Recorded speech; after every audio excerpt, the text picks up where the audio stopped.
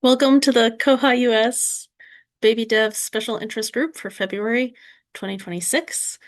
Um, we are doing a little bit of gearing up for Koha Global Bug Squashing Week next week. The agenda looks a little different. I will put it in the chat. Just in that we encourage people to come if they're interested in setting up Koha testing Docker so that when we do the Tuesday Koha testing Docker Tuesday afternoon Koha testing Docker session, we don't have like anyone who's there all trying to download KTD at the same time. Um, and so I'm guessing that is why Kelly is here. Yes. Okay. So, oh,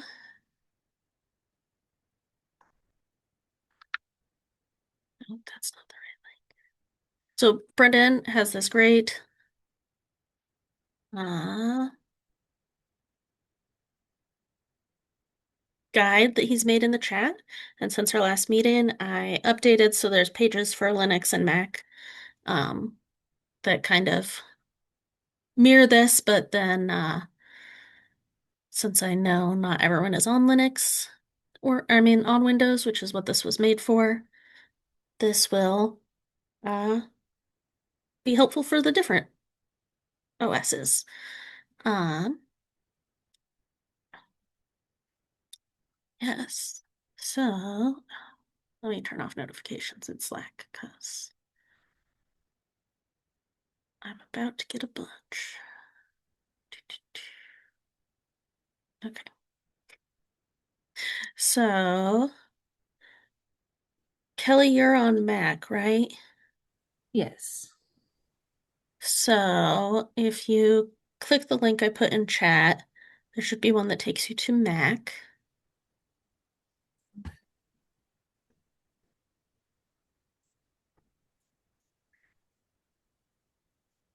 Hmm.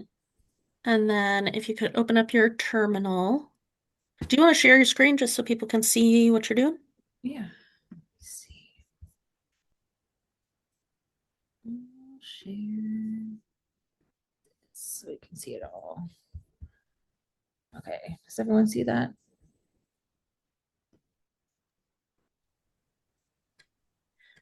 It is small, but I see it. Okay. Please see if I can make that bigger. There we go. The text is still pretty small. I Yeah. think yeah. Um, so there's some information in these guides about like this is the home user directory, kind of what to be expected. Um, but the first thing to do is to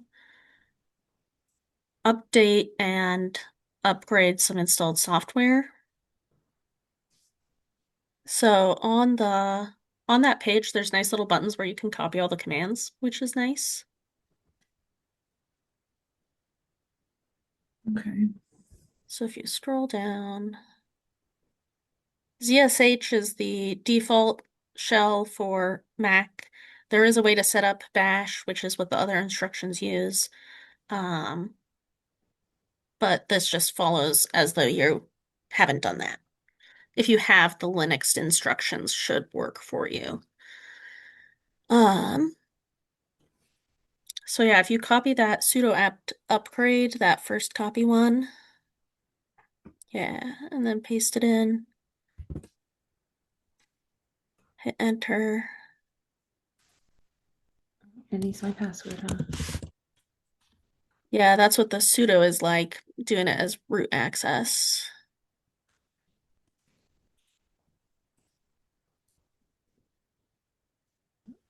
Of course. Is it my Apple, do you think? The Apple ID password? Whatever you use to log into your computer, probably. Okay. Oh, See, and that's good to know, because the instructions that I found for Mac just said that that should work. But, interesting.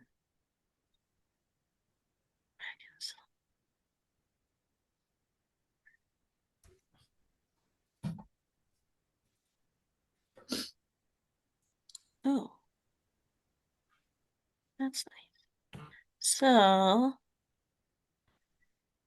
there's actually something that's changed since I updated this 3 weeks ago, or a week ago, which is that there's now a.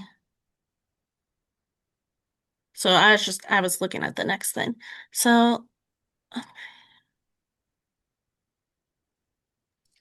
Is that if you used Homebrew, that's going the bash route, right? Correct? uh, I don't think it goes does it go the bash route? That's what I thought. I thought it did if you download the Homebrew tools to Mac. Oh, maybe that does. Maybe that's part of what it does. That could very well be. I'm not 100% certain. I haven't used it, so I'm not sure. Yeah. But it's part of the Git instructions for installing Git on a Mac is to actually install Homebrew. So let's do that. I'm not actually sure that sudo apt update and upgrade. I'm not sure how necessary it is for this if you don't already have Docker installed and Git installed. Um, so if you go down just a little bit to where it says Mac OS instructions for installing Git and click on that, it actually now, let's see, it talks about install Homebrew, and that Homebrew is a link,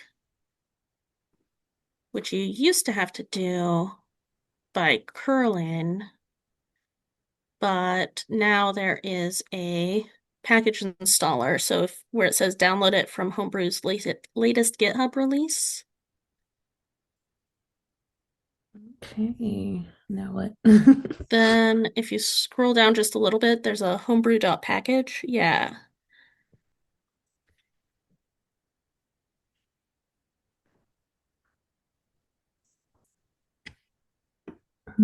Oh, that's so much nicer than using the curl.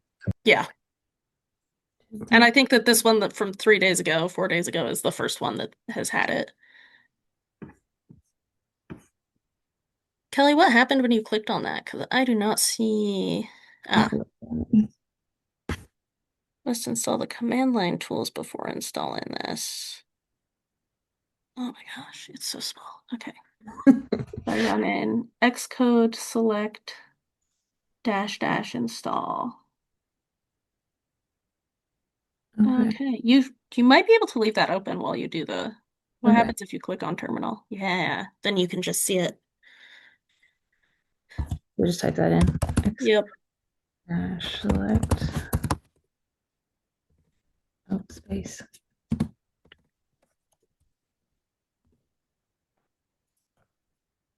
Uh-huh.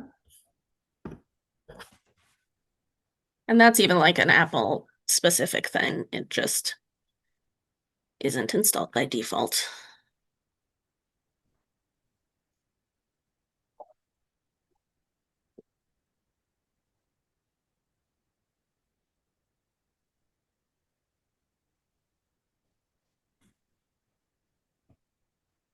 Well, that works. I don't think it'll really take 8 minutes, but well, it works. Was anyone else hoping to get help setting up KTD today?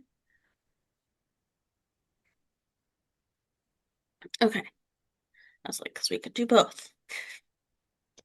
Uh, well, that works. It's getting pretty close here, but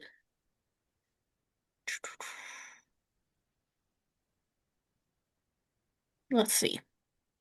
Um, David wasn't able to make it. David Nind wasn't able to make it, but he is still working on the plan from our meeting a couple meetings back about where we said, here's all the documentation we'd like to do, or we think would be helpful. And David said, I'll organize it because it was just kind of stream of consciousness as we did discussion, which that is on our previous minutes document for last year's that's linked at the top of the one I put in chat. Um, but you can see it's like 2+ pages that was just kind of everything we talked about at that meeting. And so he's going to help us organize all that so that we can have an organized way to do it instead of just kind of whatever. Global Bug Squashing Week is next week. We have a great schedule on our calendar. Do you have the link for that handy, Jesse? I mean, on our post, our website. Um, okay, and so it looks like that's done. Then, and you might have already done this. Do you still need to install Brew, or did you do that while I was looking at the agenda? I think I still need to install. Okay. Well, maybe I'm not sure actually. I just clicked confirm and all that, so maybe I did. Well, let's see. What's the next step after? Okay, it's got that brew space install space git. Why don't you try that? And if it says you still need to install brew, we'll figure out where that package file ended up. Oops. Ah, because everyone's watching. Okay, so probably it's just in your downloads and got cleared because you opened it. I think, oh no, there. I thought you had clicked on it earlier. Yes. All right. Okay. Install.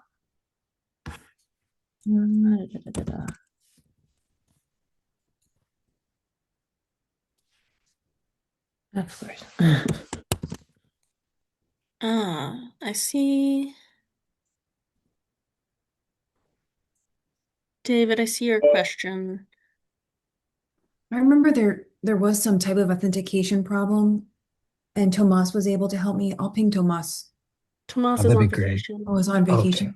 Okay. Oh, damn. That's fine. Because what Um, it's acting like it's successful. It says like, yeah, token email sent, but yeah, nothing ever comes. So yeah. I have this happened before. Let me see. I'm gonna jump in right now and see if I can figure out somebody else who can help us. Oh, I wonder if you have to close and reopen your terminal.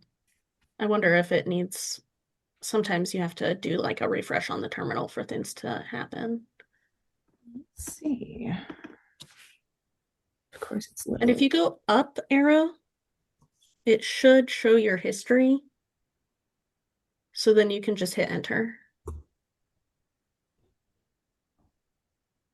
Yep, that was it. So that's just installing Git, so you'll be able to use the Git tools for installation and updates. So it's done, it looks like. And if you just type pwd and hit enter, that tells you where you are, which can be helpful if you're trying to figure out something to make sure you're where you want to be, or if you need to copy the directory for something you're doing. So then if you do mkdir space, so that makes a directory. Usually the default is to call it git, or you can call it whatever project, but that's what I use Git because I have a lot of different things that I have projects for, so I keep it all in the same place. Um, you are going to have two things in this folder because you'll have your Koha testing Docker and your Koha as two separate Gits. So my recommendation is Git, but you can call it whatever you want. Call it Git. And then hit enter. So then if you do cd space Git, cd is change directory. So now if you do that pwd again, you're in there. You can also see that before your percent sign, uh, it says Git now because you're inside of that folder. So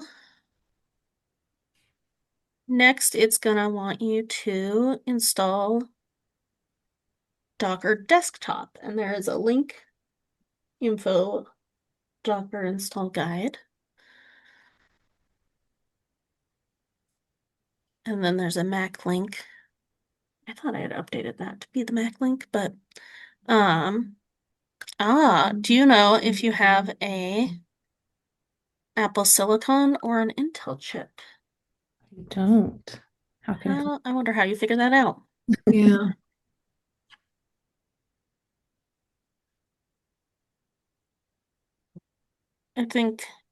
I guess, how new is your computer?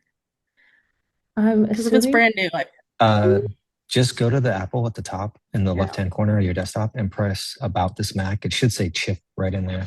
oh, Like Apple perfect. Yep. M2 or okay. I just haven't quite got to there. Okay, cool. And so it looks like this one, huh?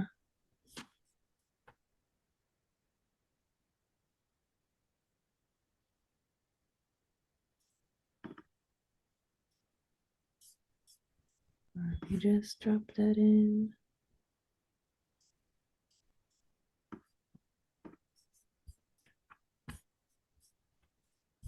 Okay, let me open that for my applications.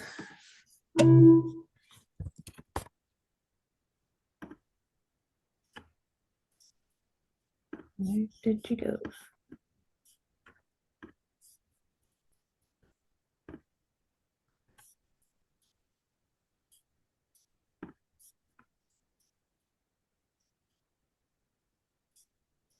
Still thinking. Yep. All right.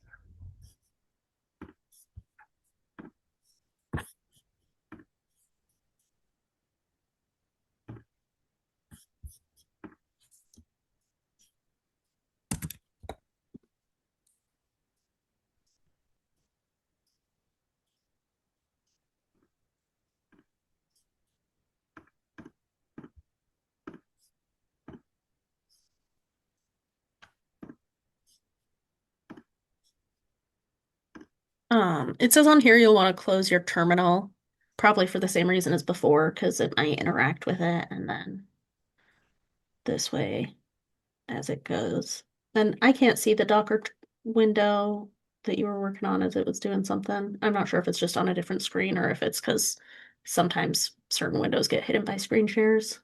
It's somewhere. I'm trying to find it too. Oh, I wonder if that means it finished. I think it did, although I don't see it anywhere. Is it in your programs now? Let me check. Yep, there she is. Come on. So you should be able to go ahead and open it if it's there. Oh, yes. I don't know what happened there. I feel like it is not showing you the full screen. Yeah. There it goes. Just had to resolution there. Yeah, the big thing with that is Docker Desktop is free for like personal use, small business, fewer than 250 employees, personal use education, etc. And that certain Docker subscriptions include commercial use of it. Then oh, is it putting it on your laptop screen and you have a Yeah. yeah. I'm dragging it up here. Okay. So I'm not sure. Do you have to have a Docker account? Probably, because there's limits to how I think what. you can just hit skip there. Oh yeah, there is a skip. Thank you, Brendan. Um, you can also skip this if you want. This is all also stuff that can be added later if you want. So now that is installed, if you open up a new terminal window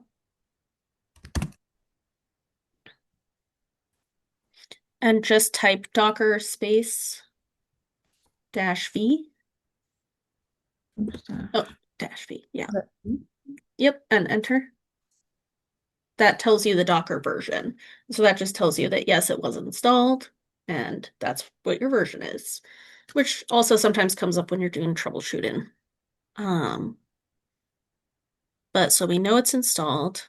If you do docker space image space ls,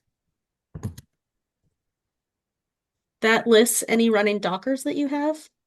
LS is like list. It's also something that gets used when you're trying to see files in a folder. That's also the ls command.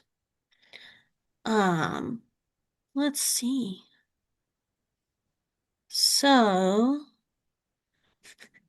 we often, depending on who you talk to, you'll get different recommendations on this, but I know that Brendan and I at least both use Visual Studio Code.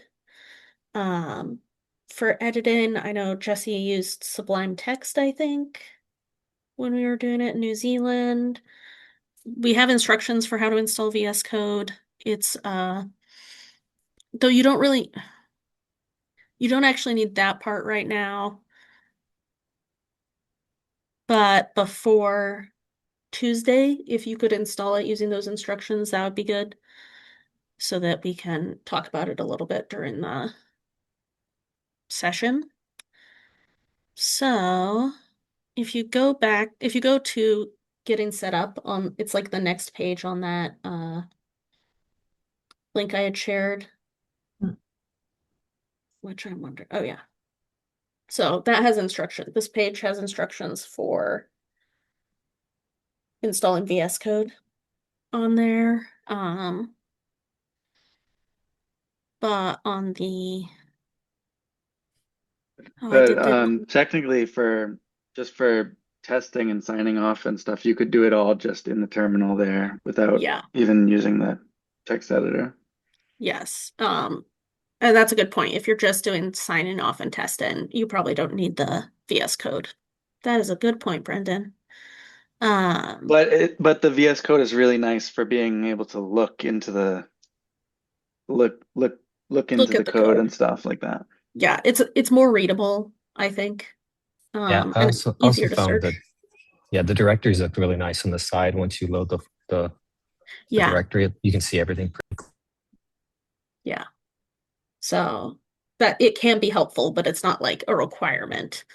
Okay, so we've installed the dependencies. So now if we can go to the getting set up page, there's like a on the left. Or at the very bottom, there's also like a next section. So we already made the project directory, but now we need to export it, which means we'll add that environment variable so that the shell knows that if you do something that says project directory,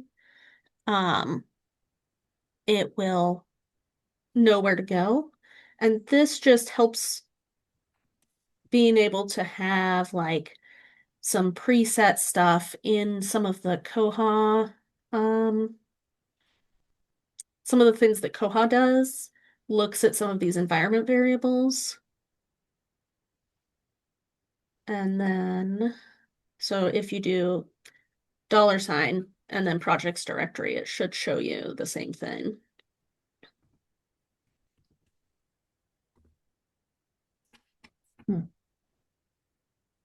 Yeah, so if you copy that next one, Actually, I copied the wrong one. which I think works the same on.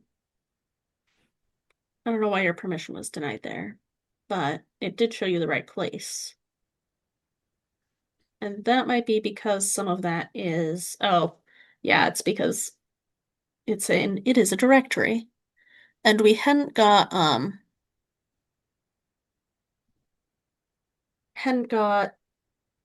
some of these commands are still bash commands, like you can see where it has the -bash, but it did show the correct place. So if you now do cd and then that same projects directory command,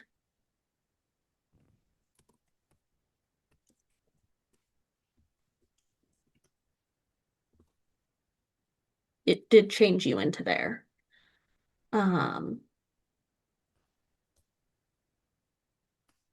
And so this is the part that often takes a while, is the cloning the Koha repository, because it's big. It has a lot. And especially if you're on like library internet, or what often happens is we'll be at a conference on like conference or library internet, and everyone will try downloading KTT at the same time, and so it'll be like, it's going to take 12 hours because it's like kind of slow, a busy network, and a bunch of people are all trying to do it at the same time. But if you copy that git clone into there and hit enter, so it makes a new folder called koha, which is where the whole koha is going to be. And then once that's done, the next command is to do the same thing with the koha testing docker, which is what we use to run the testing and stuff. And it has a bunch of extra tools built in so that it makes it easy to spin up a koha, interact with bugzilla, all sorts of things like that. And Jesse, I just realized that since I didn't get to this part of the documentation yet, you and I might need to look at what we did for years. Since it's not bash RC, it might just be .zsh, right? ZSHRC, but I don't remember for sure. So you and I can look at that maybe later today or tomorrow sometime, so Okay. I can update this documentation before Tuesday also. Oh. Because we'll start with that add commands on Tuesday. Well, we'll talk a little bit about this earlier part, but Kelly's going to be kind of our guinea pig for the Tuesday one, so we can show the other part of this process. But yeah, see, yours is going nice and fast because you're on home Wi-Fi. Um, but even so, I'm not sure if that's all of it. So that's kind of the first chunk of the Mac setup. Does anyone have any KTD setup questions, troubleshooting, etc.? You can probably stop sharing your screen, Kelly, because we'll do the rest on Tuesday. And thank you for being our test subject on this. Happy to help. Okay, so, Lizette, I have a question. oh yes. When we were setting up the Koha testing Docker, you suggested always running some commands which set certain system preferences that we use all the time. Oh yeah. How do we modify that list or add more to that list? Because there's things that I do every week for Monday Minutes, Yeah. and I'm just like, I don't know So, how to do you do want to this share your every screen? time. Okay.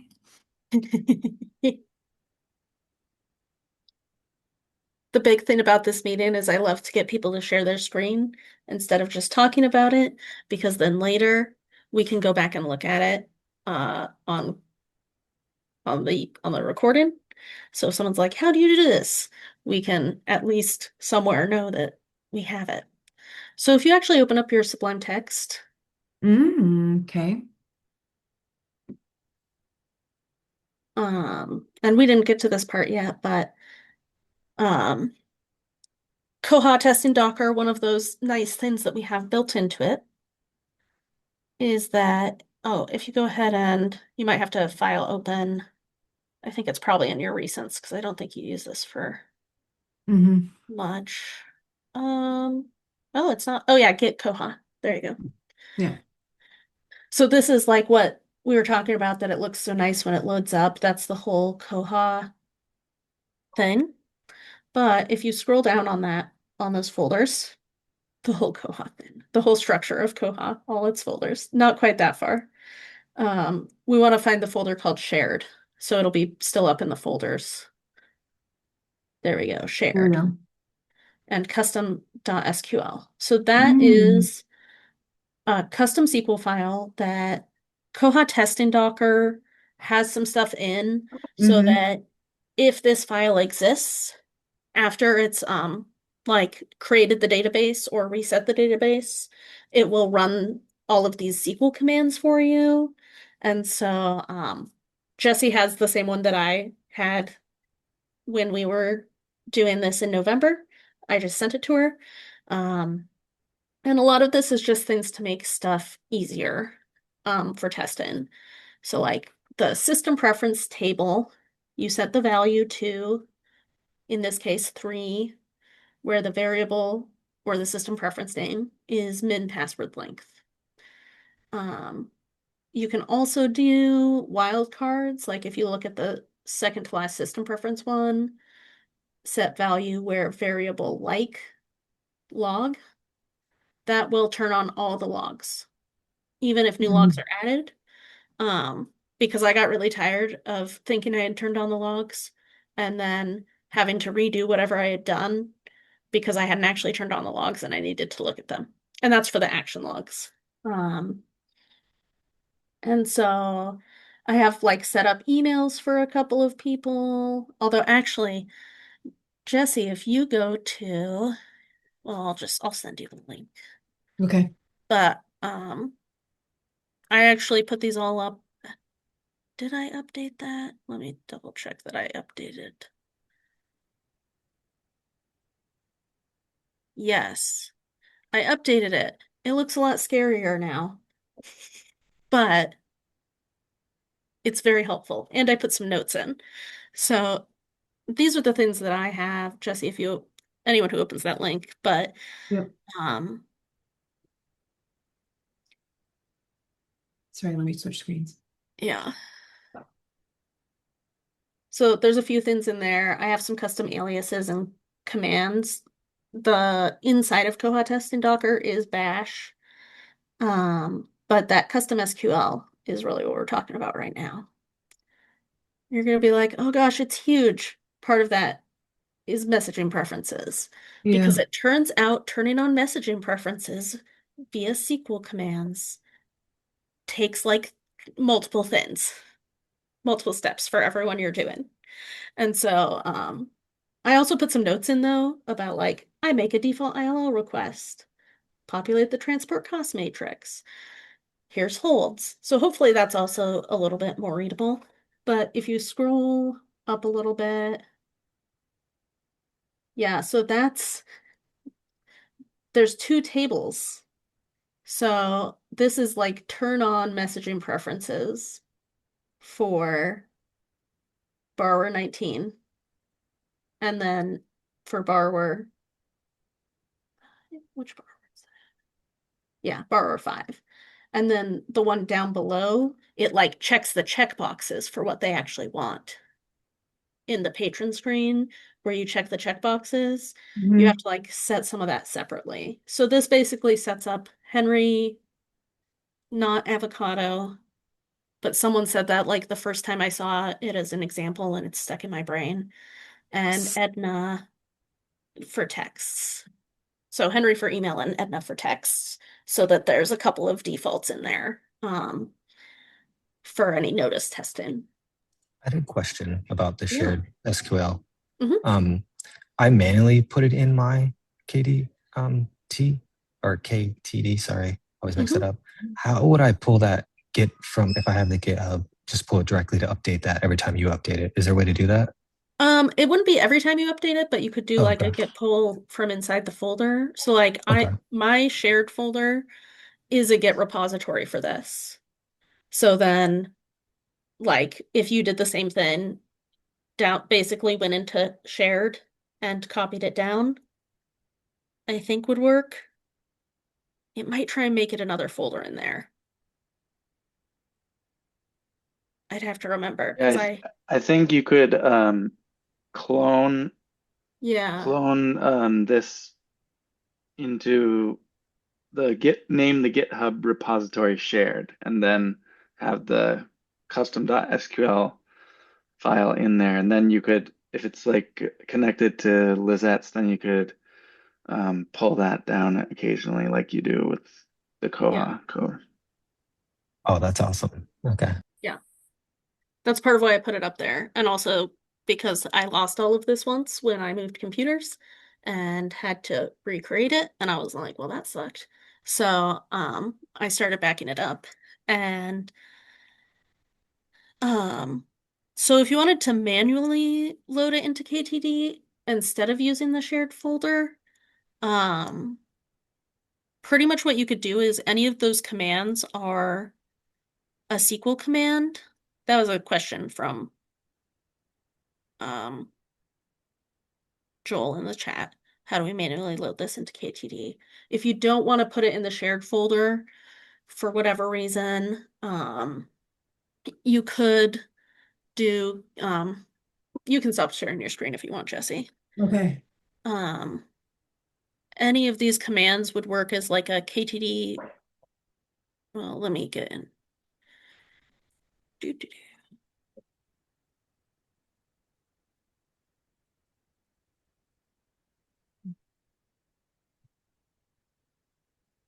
Okay. So, also, I don't only make other people share their screens, I also share my screens. So if you're in Koha and you do Koha MySQL, Koha dev, that's the name of the instance of Koha in KTD. That lets you get directly into the shell, and you could run any of these commands directly. You could just copy and paste, except I'm going to change it so that it actually changes something. And that'll just run the command. So if you just wanted to do something manually. The other thing is that if you make changes to this and then you want it to take effect, if you do a reset all, oh no, not still within the reset all, it says this will erase all your data. Basically, that just drops all of the tables in Koha and reruns the command that it does to make all of them again, to populate them. So,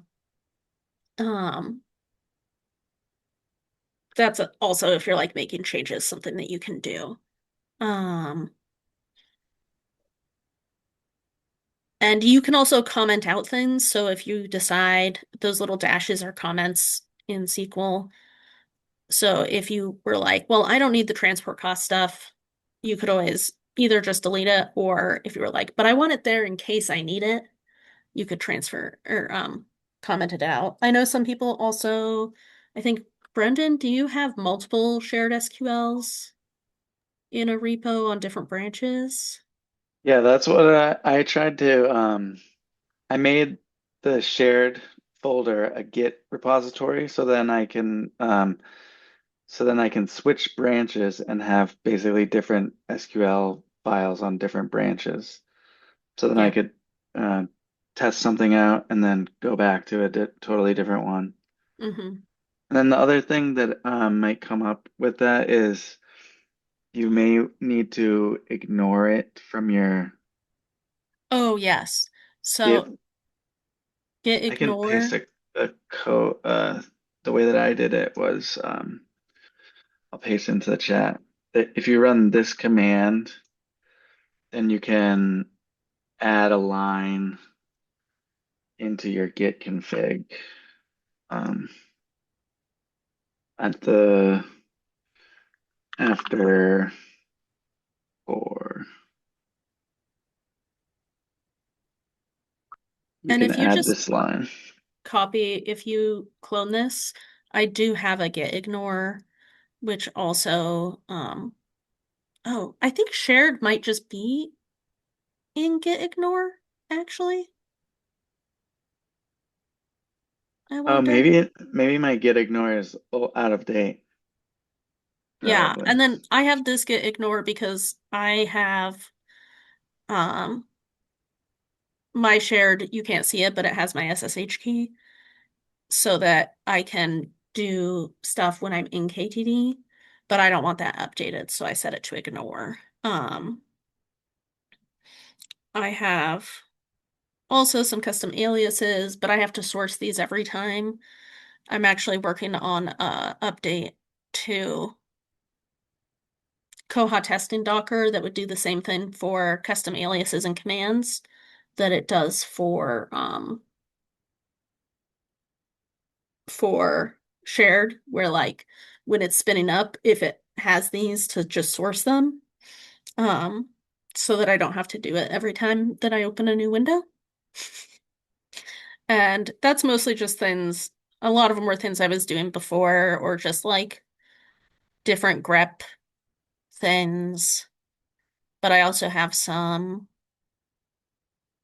my custom functions is really where I've done a lot of stuff where instead of get space checkout dash B branch name origin main, I can just write branch and what I want it to be called, and it'll do that for me. So it's just like things that I've done to reduce how much I have to type. But some of them get pretty complicated. Like if I'm deleting a branch, it'll save any unstaged changes in the stash. It'll check out main and delete the old branch and then do a pull to make sure that my main is up to date.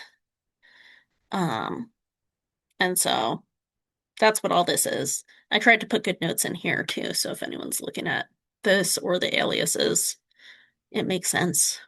And this just lets some of the custom bash commands use git's autocomplete. So when I'm doing like delete branch, I can tab for the branch names instead of having to type it out. So, um, just in the chat, Mike said I really like having this option available for, oh yeah, um, he'd been running MySQL Workbench connected to local Koha database and running backups and recoveries, which you could selectively do for specific whole tables. But yeah, especially if you're trying to set up a lot of the same things every time. Or if you have it set up like how Brendan does with different branches for different SQL. If you're like, well, today I'm testing ILL, so I want the one that like has all these things set up for ILL. But today I'm testing not ILL, and I don't care about any of that or whatever. Um, so yeah, but especially that custom SQL can be really helpful when you're testing. Okay, we talked a little bit about Global Bug Squashing Week is next week. Um, Andrew's here. Hi, Andrew. Hello. So then we have a bug, and this bug is kind of coming back to us, and it needs sign off. So I thought maybe we could talk about it, but uh this bug depends on 36455, which we made here. Jason did all the typing. And one thing we talked about was if we wanted to make it an option or just make it do what we were making it do. And kind of what we decided was it should be fine because it's no more clicks. Yeah, we've had some complaints from big libraries because it takes a while to run the holds list sometimes if you're a big library. And so if it does it by default and then you have to make the changes, it slows everything down. Like, yeah. Give him mouse a cookie. So Lucas has already written a patch for this. Would anyone be interested in doing the testing that's not me or Andrew or Jesse? Because we can't sign off on other bywater bugs or QA other bywater bugs unless it's been a certain amount of time since the last action. And this was like, yes, 2 days ago. No, I guess last week. So Brendan, was that you raising your hand? Yeah, I can do it. Maybe. I'm pretty close to ready. Okay. Let's see. Uh, Just wanted to get my yeah, screen so ready.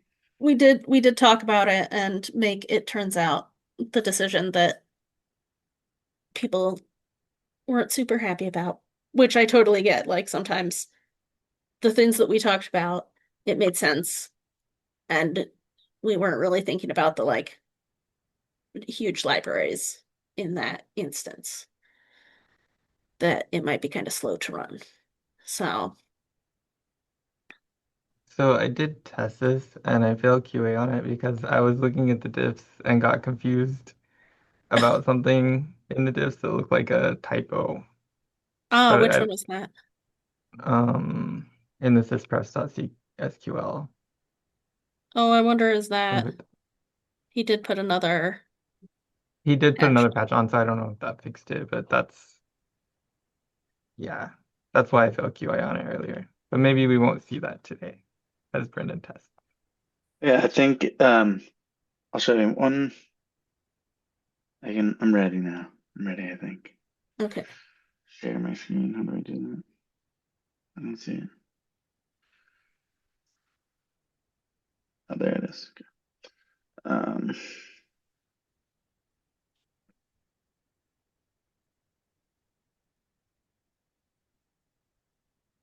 So I think you can if you click on this history link, it's kind of neat. Sometimes you can see like that Lucas just the other day changed it from failed QA back to need sign off, so should be ready to test. Um, so we can do this. Um, Update database and restart all. So I will do that.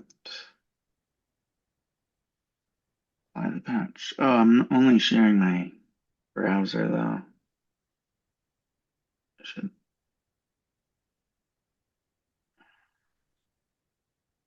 need to work on my Zoom skills here.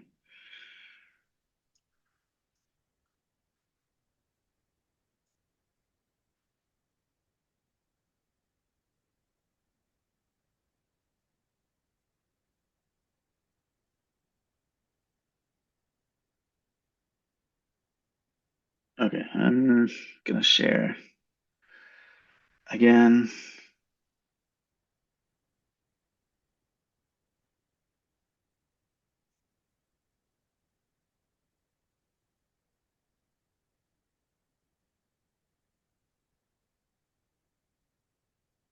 Okay, now you can see my terminal and this is better, right?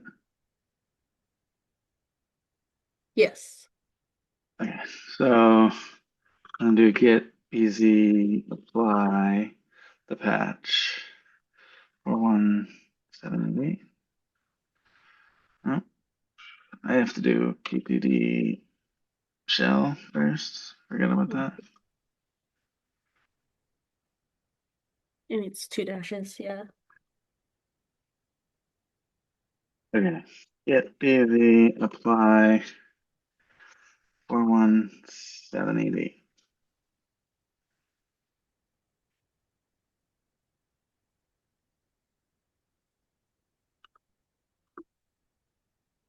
Mm, Ah, mm, that's interesting. mm. If It's, you, yeah, I was gonna make sure that I have the reset everything, maybe. and maybe pull main. Yeah. Um, Git easy apply abort.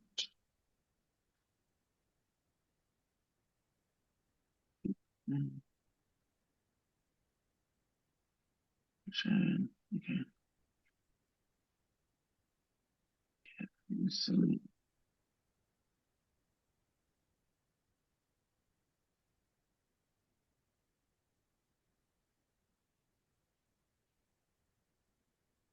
178.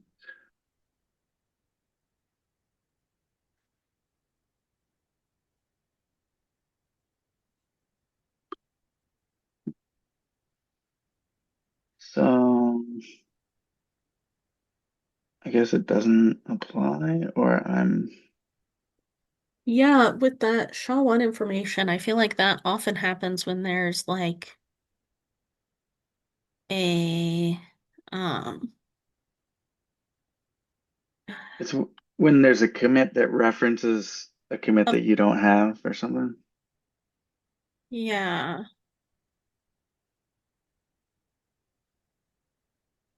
Mm. But or if like the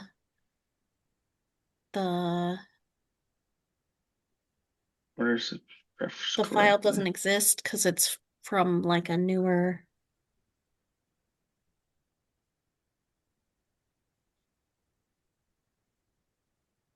Yeah, I've seen that when the patches are out of order, like when there is a patch that modifies a file that gets made in a different patch.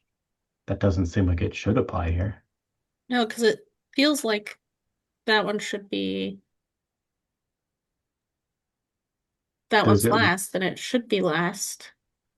does it work if you try to apply it interactive and do All them one right, at a time? try that. Uh, I've got no yeah. great reason to think it will work, but yeah.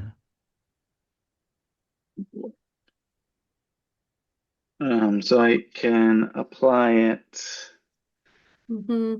and then choose I interactive and just do the first one, maybe. Yeah.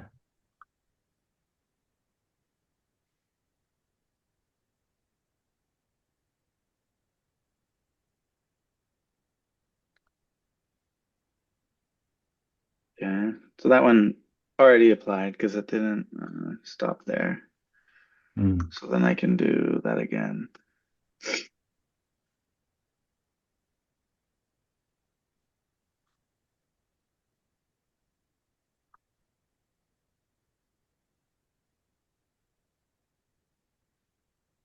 That one applied.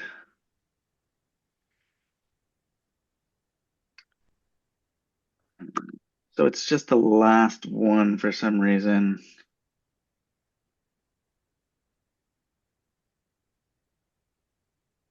which is also so weird because that file definitely exists.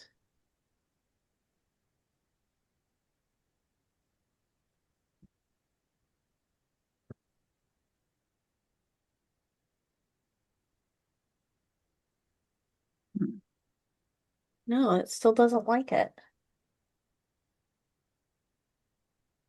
So if you look at the diff on the first patch, it's showing this is what I didn't communicate well in the bug, I guess. If you go to the line 491, there's like a koha devbox URL SQL thingy there that I don't think should be there. Oh yeah, Oh, And that's yeah. like messing stuff up. and I bet that Same thing on that one.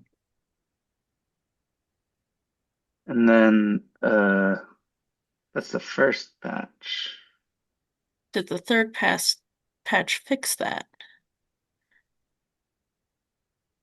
It did here. But I wonder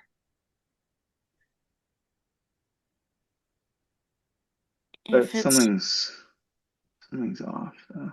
Well, so Brendan, if you have the first two patches applied, can you manually edit that file, remove that URL out of it, and then see if the third patch applies? good idea. All right, This let's is try well that. beyond baby devs land, but Uh, No, toddler I devs feel like knows. that's perfectly baby dev land because it's the kind of thing you run into. Yeah. I have this. Let me just put this here somewhere. So what's the file again? It's the installer, but actually if you Installer. look on uh Systems. the branch thing in VS Code, you should be able to see Oh yeah, the over here. what's been changed. Um, Although, I was doing some other stuff, but um, yeah. I mean, the way you were doing it also works. just refs. Yeah, one. And then so I'm looking for If you look for like Anywhere where it Koha says Koha DevBox, DevBox.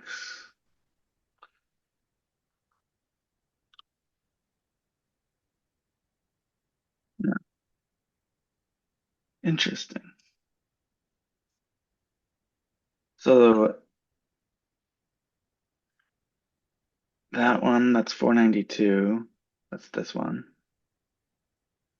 And then this one here.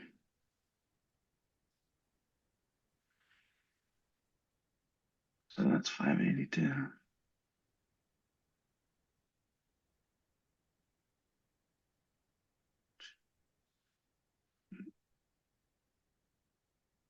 This one?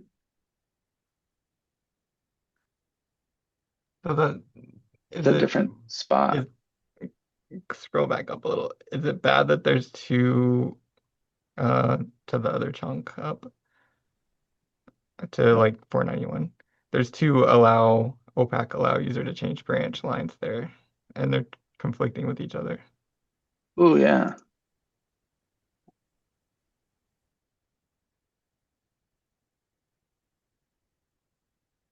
OPAC allow user to choose branch.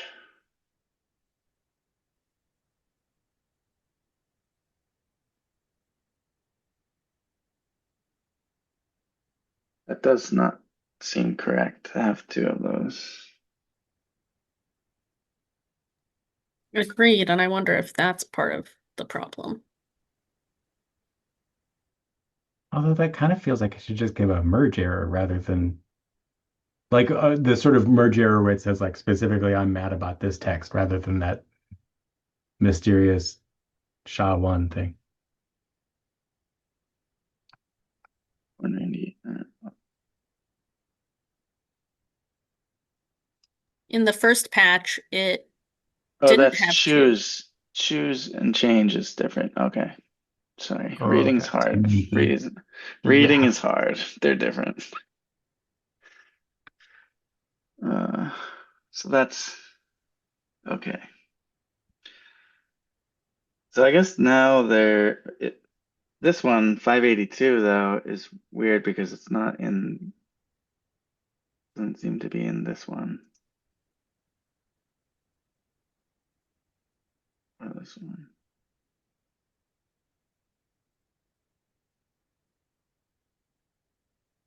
Oh, 582 is, yeah.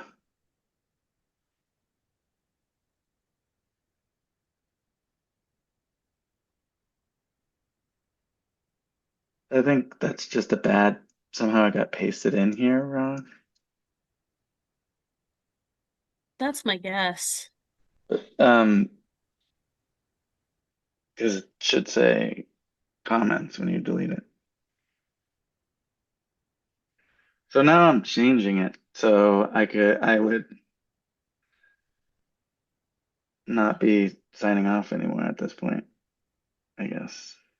No, I think you could Or still I you can could do like a sign off follow-up. and just say, okay, so I commit this as a follow-up and then sign off. Um, That seems kosher to me just because it is such a like minor and obviously error correcting change. well, I think first we should see if it will can finish applying. Yeah, Yeah, that's great. yeah. So once you've saved it, if you go back to your terminal, you'll need to add the change, but I don't think commit the change. Git status first to see that file.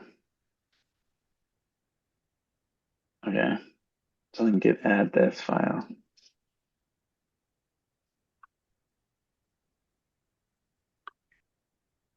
Um, and then Git git, space AMs dash dash continue. but I wonder now it's gonna say that because I just changed that file. I don't know. Oh, okay, so it works. It worked. But now I still have uncommitted stuff, right? Yes. Oh no, just I guess it Because just already edited that last commit.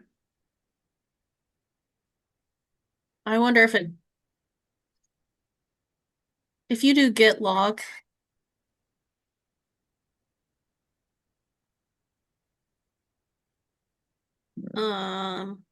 Like this one. This one you can see. yeah. Yeah, so it hasn't been